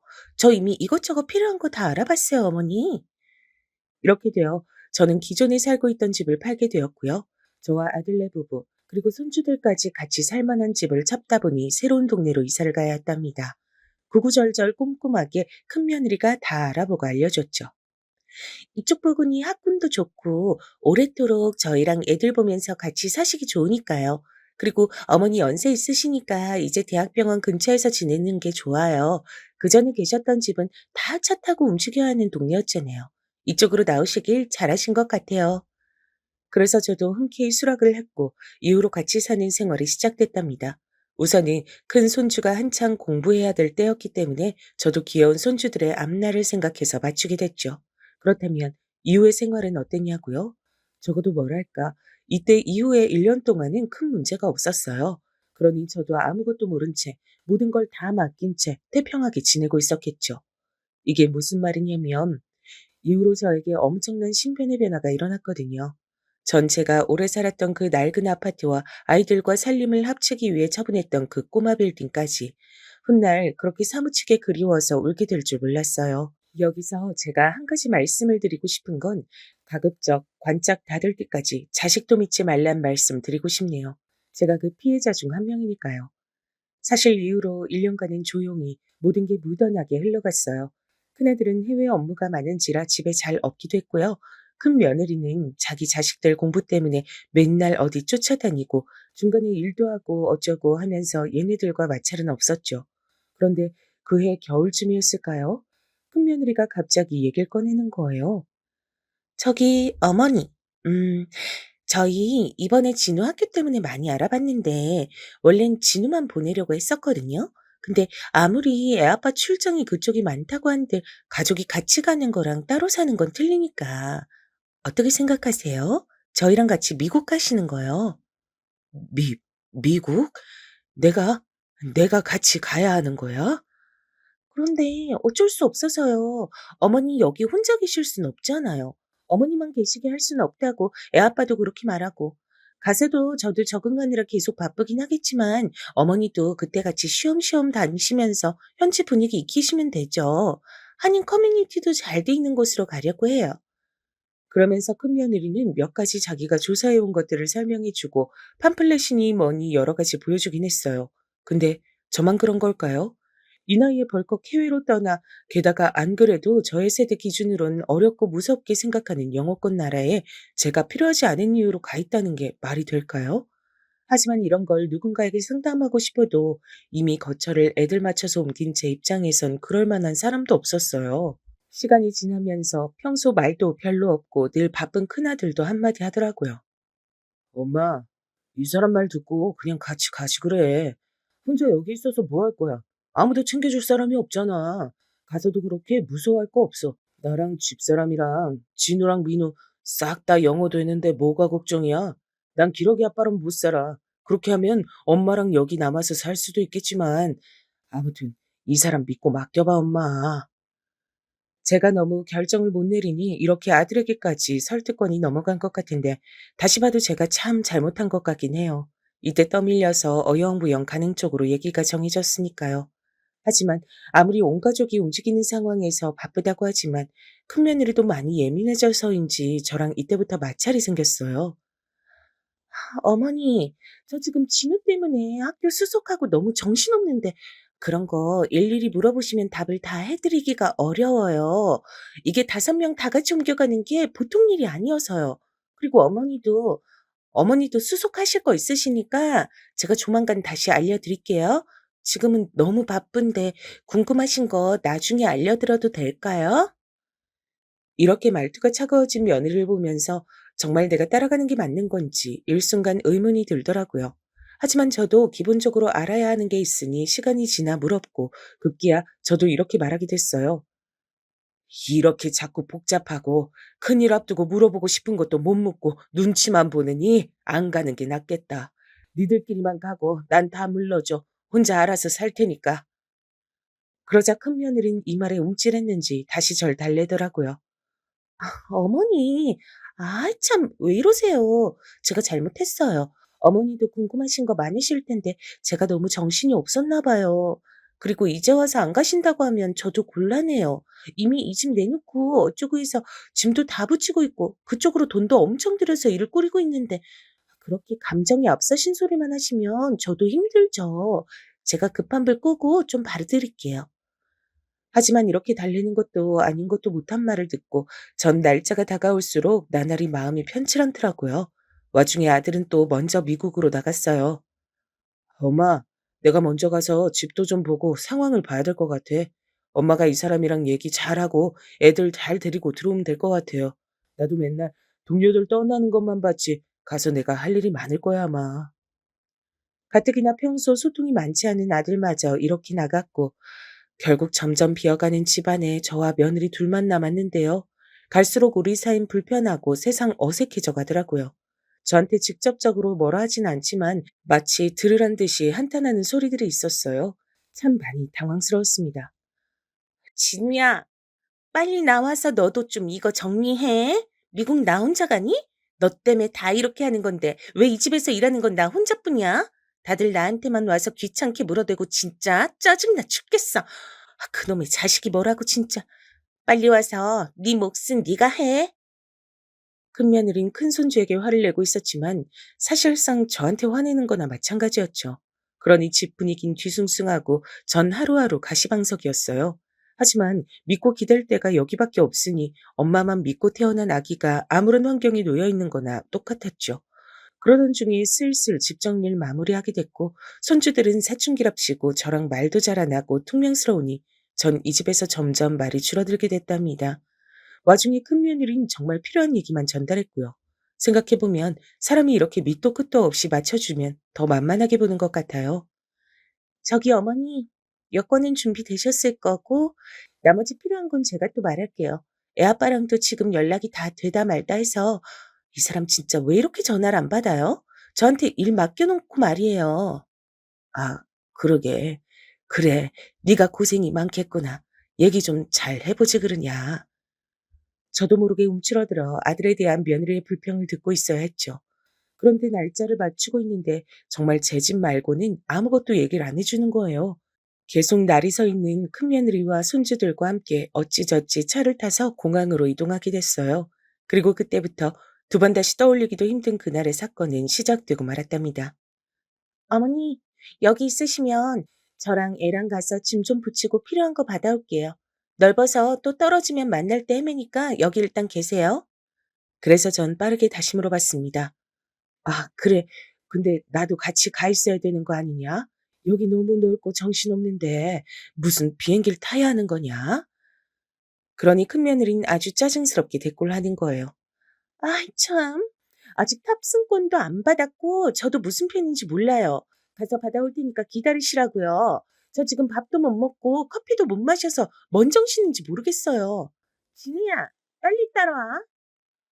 그러면서 큰며느린 얼른 일어서서 자리를 떠버렸고요. 그 뒷모습을 보면서 저도 참 어안이 벙벙했고요. 제가 알기론 비행기 시간이 오전 10시 반이었고 우리가 도착한 건 8시쯤이었거든요. 근데 넓은 공항에서 손주들을 데리고 사라진 며느린 30분이 지나도록 연락이 없더라고요. 전화도 안 되고 손주들도 안 받고요. 점점 초조해진 전 저 역시 온갖 걱정과 낯설음에 밀려 밤을 샜기 때문에 엄청 피곤했지만 더 예민해져 있었어요. 비행기 편이나 아무것도 제대로 뚜렷하게 알려주지 않고 그저 지역만 말해주고 시간대만 말해주니 어떻게 할 수가 없는 거예요. 이 부분에서 지나가는 사람들에게 도움을 요청했지만 제가 묻는 내용도 정확치 않았어요. 그게 우리 며느리가 그 수속하고 온다 했는데 벌써 1시간이 되도록 연락이 안 돼요. 전화도 안 받고 미국이요, 미국. 미국 가는 건데 10시 반 비행기라 그랬는데 이렇게 있어도 되는 건가요? 아님 그 수속하는 쪽 좀 어딘지 알려줘요. 그러자 그 사람들도 되게 당황스러워하더라고요. 아, 여기가 워낙 복잡하고 커서 그리고 미국 가는 비행기가 한두 편이 아닌데요, 할머니. 며느님이랑 다시 전화를 해 보시는 게 그리고 10시 반 비행기면 진즉 벌써 들어갔을 텐데요. 뭐라고요? 벌써 들어가요? 어디를요? 해외 경험이라곤 한 15년 전쯤 둘째 아들이 보내준 중국 여행 말곤 없었던 저라 게다가 패키지로 가서 다 쫓아만 다녔으니 알 리가 없었죠. 그리하여 힘들게 수속하는 쪽으로 넘어가서 물어물어 여권을 보여주곤 했지만 제가 뭔 비행기를 타고 하는지 중요한 걸 모르잖아요. 그래서 이 모든 내용을 건너뛰고 결론부터 말하자면요. 말하자면 저도 참 수치스럽고 비참하지만 저는 그날 공항에 버려진 게 맞았답니다. 이 상황을 그 말 말곤 달리 뭐라고 할지도 모르겠어요. 버려진 게 맞으니까요. 큰며느리와 손주들은 집채 같은 짐들을 싣고 사라진 이후 제 앞에 나타나지 않았고요. 전 그날 밤이 되고 다음날 새벽으로 넘어갈 때까지 계속 혼자 있었죠. 아들이요. 당연히 연락이 안 되었죠. 그날 말고도 진즉 한 달 전쯤도 미국 가서 저랑 연락이 안 됐는걸요. 주변 사람들에게 물어 하소연을 했지만 돌아오는 답은 다 같았어요. 아이고, 내 또래 사람이라서 그냥 지나칠 수가 없는데 이걸 어떡해요? 세상에 뭐 이런 경우가 다 있어. 아니 글쎄, 며느리가 미국 사러 간다고 시어머니를 데려와 놓고 없어진 거예요. 이쯤 되면 포기해야지 어떡해. 그 갖고 있는 돈이나 이런 건 없어요? 당장 어디라도 가야지 어떡해. 예, 네가 좀 도와드려라. 이때 새벽 비행기를 타려고 대기하고 있던 어떤 가족이 그나마 절 도와줬고요. 제 또래급으로 보이는 60대 여자가 자기 아들을 시켜서 여기저기 그 시간에 갈 만한 곳들을 알아봐 주더라고요. 그때 전 속으로 참 피눈물이 흘렀죠. 이거 참, 나도 자식이 있는데 말이죠. 그쪽은 그래도 아들이 그렇게 엄마 말도 잘 듣고. 암튼 고맙습니다. 이런 어줍지 않은 말로 감사를 전하는데 너무 서럽고 기가 막히고 눈물이 줄줄 났어요. 세상에 갑작스런 재난을 당한데도 이보다 덜 절망스럽고 당황스러울 것 같아요. 절 안타까워하며 본인 엄마 또래라고 하나라도 더 챙겨 알려주려는 그 집 아들을 보니 생전에 딸내미처럼 제 옆에 붙어 있던 둘째 아들이 너무 보고 싶어지더군요. 전 그 이후로 얼마 없던 현금들을 갖고 어찌어찌 노인네들 많은 센터로 가게 됐어요. 절 상담해 준 젊은 여직원은 처음엔 절 무척 생각하는 듯 말해주더군요. 평범치 않은 일을 겪었던 전 차마 경찰에 신고하고 그럴 순 없고 일단 뭐든 간에 안정이 좀 되길 바랬어요. 경찰 신고까진 아직 좀 모르겠네요. 애들도 사정이 있었을까 봐. 아이고, 할머니 너무 순진하시다. 여기 뭐 똑같진 아니어도 비슷하게 넘어오신 할머니, 할아버지가 숱하게 많아요. 그건 버린 거지 뭐예요. 게다가 사정 지금 들어보니 완전히 다 뜯긴 거 맞잖아요. 근데 왜 집 팔려고 할 때 순진하게 다 팔아가지고 주셨어요. 쥐고 계셨어야지. 이 여직원은 절 처음엔 걱정해 주는 듯 보였지만 듣다 보니 점점 제 얘기를 갖고 조롱하는 것처럼 느껴지더라고요. 그게, 아유, 그러게. 이젠 뭐가 뭔지 모르겠어. 난 앞으로 어떻게 해야 될지도 모르겠고. 저희는 그런 뒤치다꺼리까진 다 못 해드려요. 그냥 여기 좀 머무시다가 갈 곳 생기시면 보내드리면 되는 거고, 없어도 엄연히 저희도 장소 제공에 식사 다 드리는 거니까 금액 지불하셔야 되고요. 지금 돈은 얼마나 갖고 계세요? 선불로 계약을 해야 하실 수 있어요. 제가 갖고 있던 돈은 얼마 없었고 간신히 선불을 낼 수 있어서 얼마 계약을 했는데요.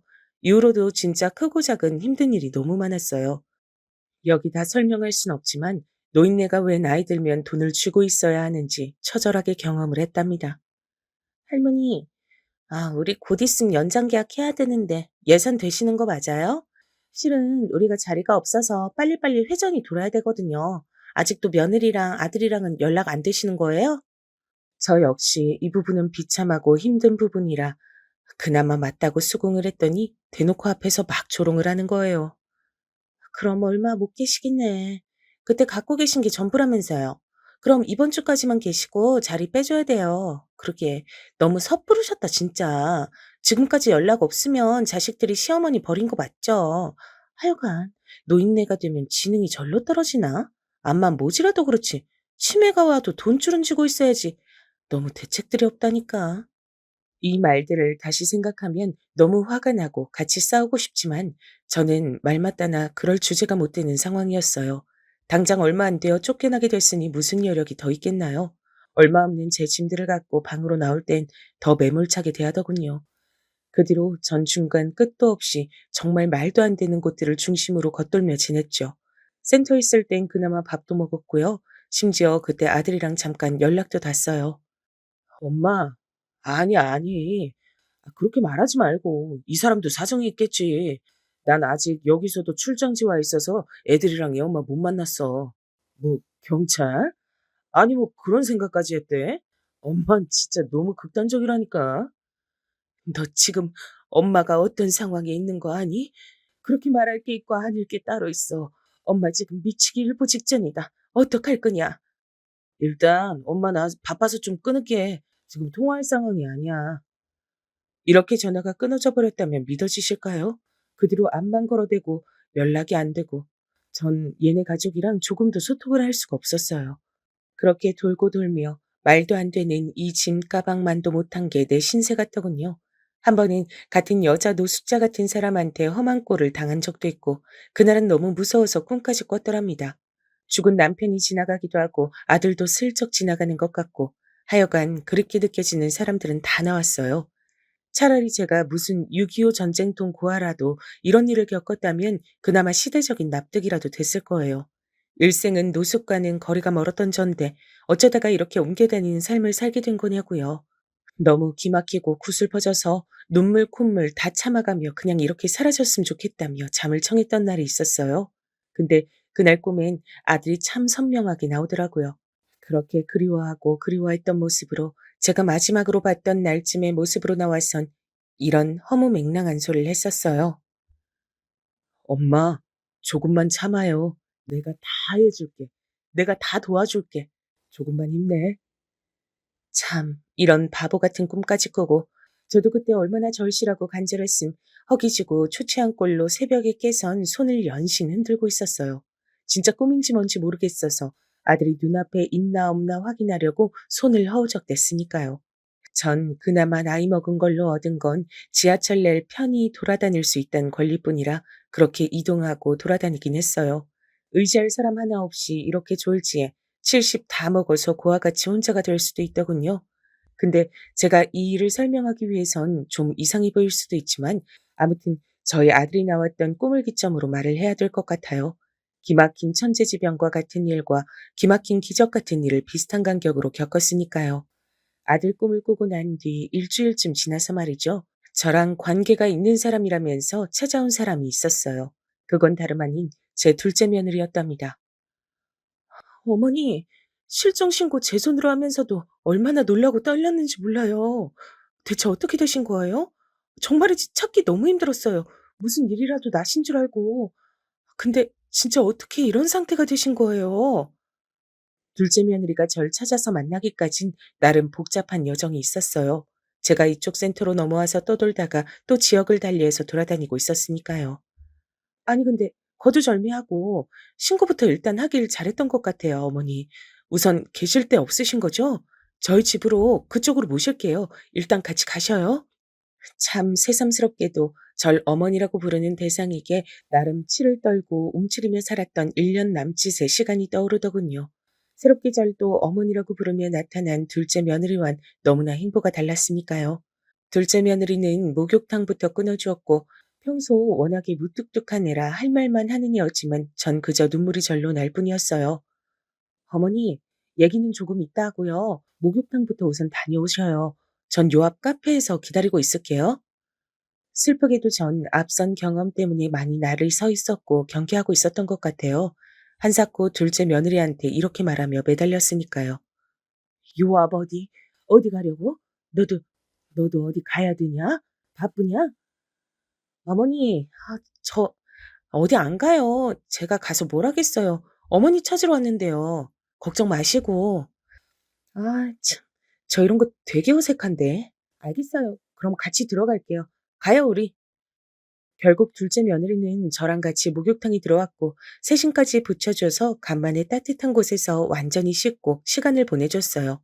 생각해보면 둘째 아들이 있던 시절에도 이렇게 목욕탕을 다녀본 적이 없어서인지 저도 뒤늦게 정신이 들고 나서야 좀 부끄럽더라고요.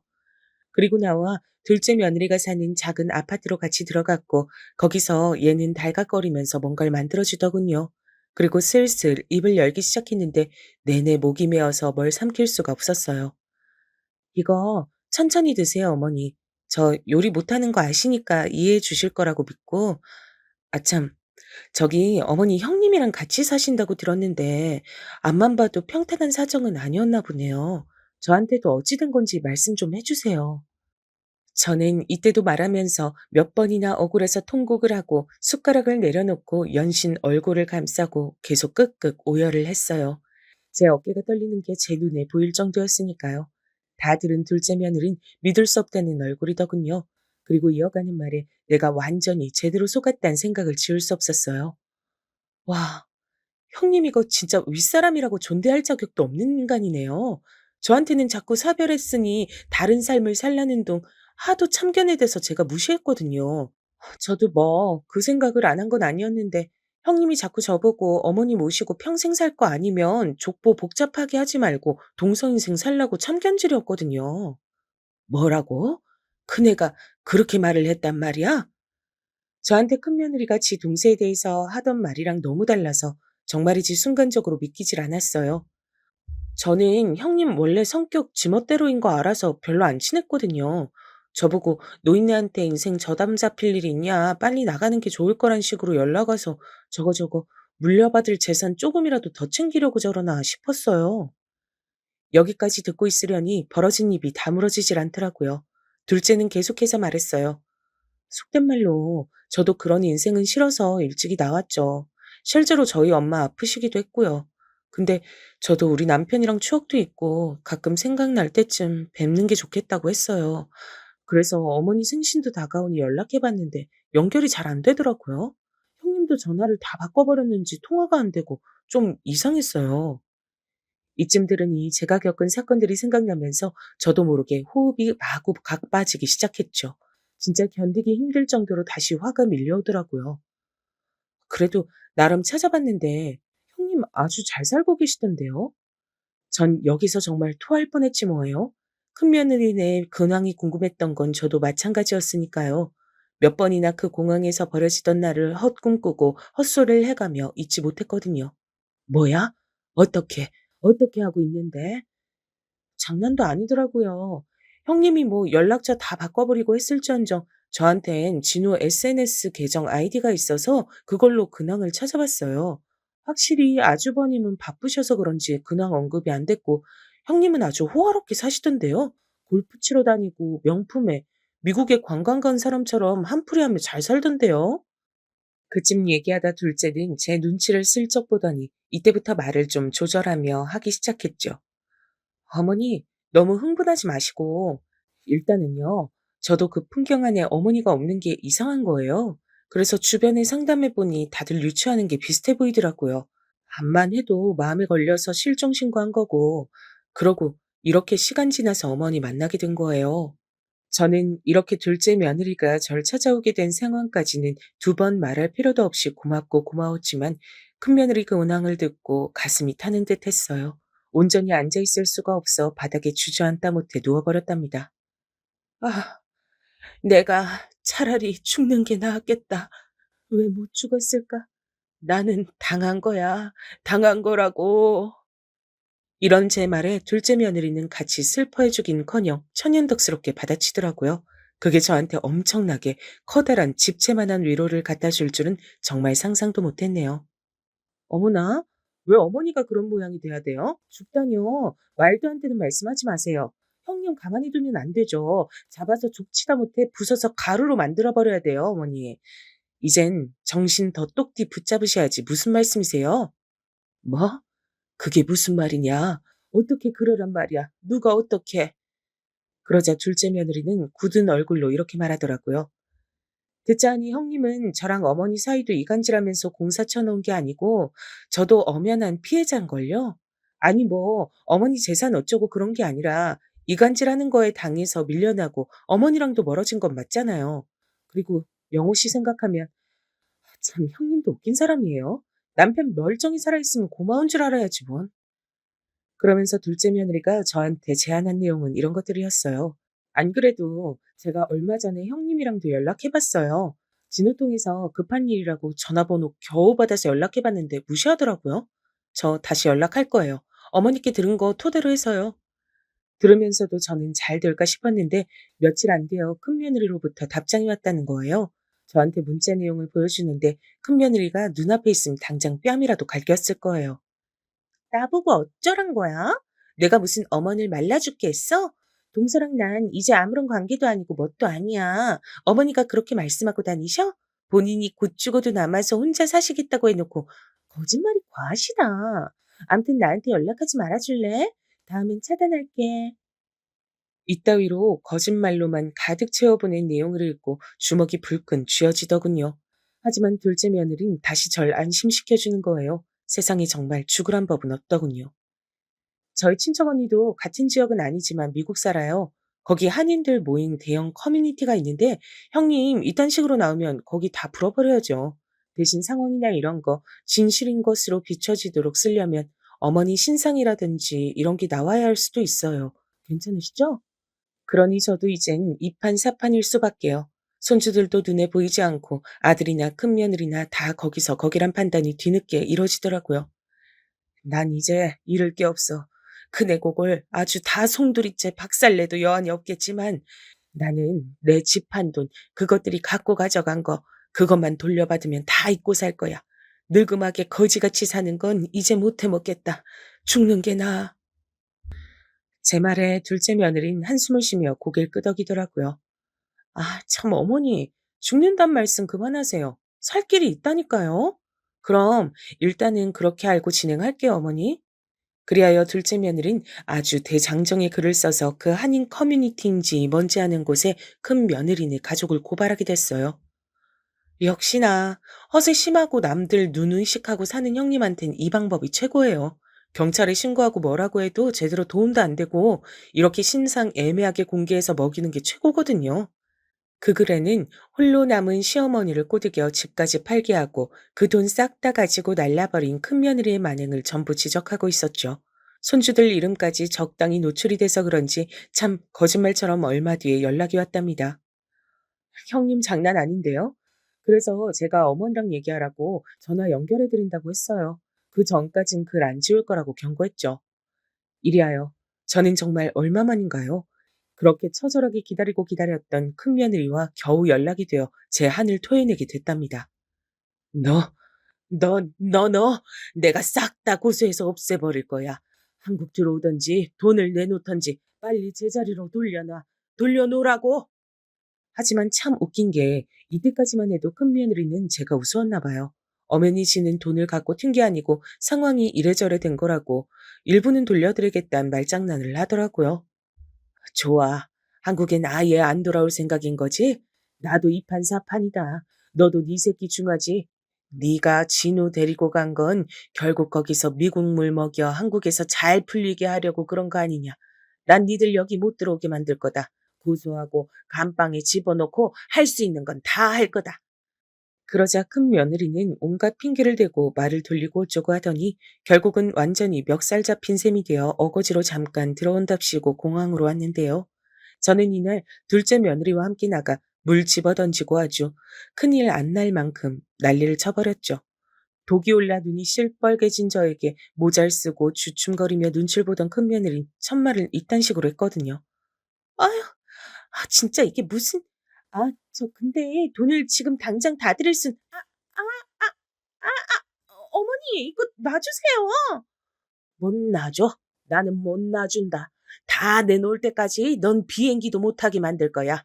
내놔. 당장 이 자리에서 다 보내. 네 발로 기어들어와서 날 말날 생각을 해놓고 그걸 그렇게 넘어갈 수 있을 줄 알았냐, 이년아? 아들놈이고 너고 이제 나랑 끝이야. 돈이나 쳐내놔 빨리. 이리하여 큰며느린 저를 그렇게 무심하게 버리고 갔던 공항에서 엉망진창 개망신을 당했죠. 주변에서 말리는 사람들이 있어 저도 적당히 붙들고 놔주지 않았고 둘째 며느리도 옆에서 나란히 윽박질렀어요. 형님, 어쩜 그렇게 저한테 당당히 글을 지워달라 하세요? 이거 범죄예요. 진짜 겁도 없으시다. 막말로 어머니 잘못되길 바랬던 거 아니에요? 이야, 이거 진짜 말도 안 되는 일인데 어떻게 그러고도 당당하게 명품으로 휘감고 놀러 다니는 사진들을 올려요. 목숨이 뭐 한 8개쯤 되시는 거예요? 이렇게 이죽거리며 놀리는 둘째에게 큰애는 분한 기색을 내보였지만 별 수 있나요? 정말 더 놀라웠던 건 이때조차도 큰아들은 같이 들어오지 않고 큰 며느리만 들어왔단 거예요. 전 정말 자식 복이 없나 싶어요. 둘째 아들은 먼저 갔지. 큰아들은 죽은 건지 산지도 알 수 없지 행방을 모르니까요. 그나마 제가 지금 살 소망이 있는 건 큰 며느리로부터 재산을 거의 99% 돌려받았기 때문이죠. 그리고 둘째에게 얼마 줬는데 바로 선을 긋더라고요. 아니에요, 어머니. 그럼 저 용돈만 주세요. 딱 100만 원만 주시면 되겠다. 그죠? 그 이상은 됐어요. 서로 부담스럽잖아요.